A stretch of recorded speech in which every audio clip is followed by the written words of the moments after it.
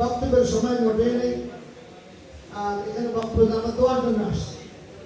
সারা জীবন মনের আশা থাকে আল্লাহ হাবিবের না তো শুধু চোখের পাশ। আল্লাহর ওলিরা যারা দুনিয়া থাকতে হুজুর পাকের জিয়ারত হয় তারা রোহানি বলবে, কিন্তু ইন্তেকালের পরে সরাসরি সাক্ষাৎ। এটা নাম হলো উরুস। নাম কেন উরুস?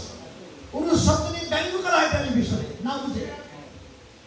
আবার বলছি কথা, সারা জীবন রোহানি চোখে দেখে, মনের আবেগ ঝাড়ে, কিন্তু ইন্তেকাল হওয়ার পর আল্লাহর ওলিরা সারাদিন হুজুর সাক্ষাৎ হয়। এই দেখার আনন্দ যেটা, এটা হলো উরুস।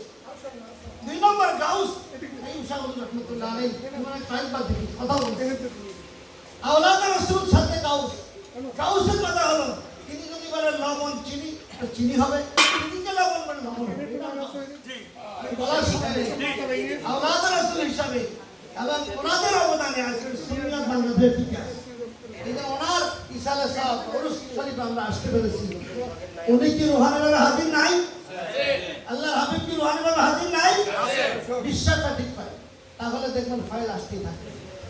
3 নম্বর যেটা আমি আমার শ্রদ্ধেয় ভাই মনোজ সাহেবকে বলবো এবং মোলামাইকার বলবো, আমার মনে কথা বেজার হয়ে নাই। গাউসিয়া কমিটির চেয়ারম্যান এখানে গাউসিয়া আলাদা একটা অস্তিত্ব, যার কারণে সাহায্য কাজ করছে, আমরা বাস কথা বলতে। তারপরে ইসলামী ব্রান্ড একটা অস্তিত্ব, রাজনৈতিক ভাবে আমাদের প্ল্যাটফর্ম ছিল না, সেটা একটা অস্তিত্ব। আর আহলে সুন্নাত ওয়াল জামাত এমন একটা অস্তিত্ব যার মধ্যে গাউসিয়া কমিটি ফ্রন্ট সব আছে না।